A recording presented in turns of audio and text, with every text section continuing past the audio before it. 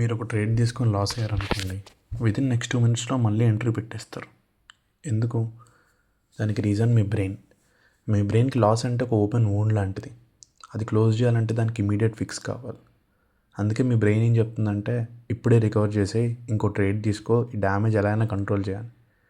ఇది లాజిక్ కాదు, ఇది ఒక సర్వైవల్ ఇన్స్టింక్ట్. నీ బ్రెయిన్కి పేషెన్స్ అంటే ఏంటో తెలియదు. దానికి కావాల్సింది ఆ పెయిన్ వెంటనే అయిపోవాలి. బట్ ట్రూత్ ఏంటి? Every trade is an independent trade. నీ ప్రీవియస్ ట్రేడ్ ఓడిపోయావా గెలిచావా అనేది నెక్స్ట్ ట్రేడ్కి సంబంధం లేదు. మార్కెట్కి అసలు నువ్వెవరనో తెలియదు, ఎంత లాస్ అయ్యావనో తెలియదు, బట్ నీ మైండ్కి తెలుసు. అందుకే అది రివెంజ్ ట్రేడ్ కావాలనుకుంటుంది. సో నువ్వేం చేస్తావు? సైజ్ పెంచేసి మళ్ళీ ఎంట్రీ పెడతావు. ఈసారి డబుల్ లాట్ తీసుకుంటావు, ఎలా అయినా రికవర్ చేద్దాం అనుకుంటావు.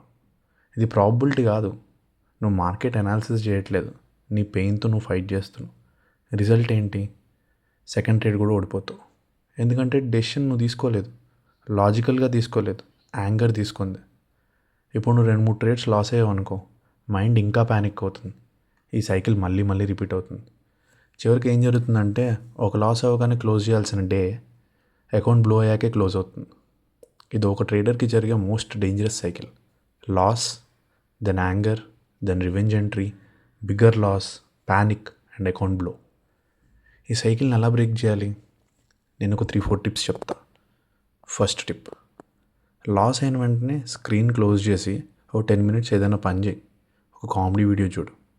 ఈ గ్యాప్లో ఏమవుతుందంటే, నీ ఎమోషనల్ బ్రెయిన్ కొంచెం కామ్ అవుతుంది, నీ లాజికల్ బ్రెయిన్ తిరిగి సీట్లో కూర్చుంటుంది. సెకండ్ టిప్, లాస్ తర్వాత నీ నెక్స్ట్ ట్రేడ్కి లాట్ సైజ్ పెంచకు, ఇన్ఫ్యాక్ట్ తగ్గించు. డిసిప్లిన్గా చేయి, సో నీకు ఒక కాన్ఫిడెన్స్ వస్తుంది. థర్డ్ టిప్, జర్నల్ రాయి. లాస్ వచ్చిన ప్రతిసారి నీ మైండ్ దానికి ఒక ఎమోషన్ని కనెక్ట్ చేస్తుంది, బట్ నువ్వు జర్నల్ రాసినప్పుడు అది ఎందుకు వచ్చిందని నువ్వు మిస్టేక్ కనుక్కుంటావు చూడు, అప్పుడు నీ మైండ్ ఆ లాస్కి ఒక లాజిక్ని కనెక్ట్ చేస్తుంది. సో నెక్స్ట్ టైం రిపీట్ చేయవు. ఒక్కటి గుర్తుపెట్టుకోండి, లాస్ట్ 60 ఇయర్స్ నుంచి మార్కెట్ ఉంది. నిన్న ఉంది, ఈరోజు ఉంది, నెక్స్ట్ 10 ఇయర్స్ ఉంటుంది. బట్ నువ్వు ఉండాలి కదా. అంటే ఏం చేయాలి? నీ capital protection is first. So revenge trade చేయకు. ఈ వీడియో సేవ్ చేసుకో. నెక్స్ట్ టైం ఎప్పుడైనా లాస్ రాగానే ఆ స్క్రీన్ క్లోజ్ చేసి ఈ వీడియోకి వచ్చి ఒక 2-3 టైమ్స్ చూడు. ఇది నీ ఫ్రెండ్స్కి కూడా షేర్ చేయి, వాళ్ళకి హెల్ప్ అవుతుంది. చలో, రేపు ఇంకో కొత్త వీడియోతో వస్తాను. బాయ్.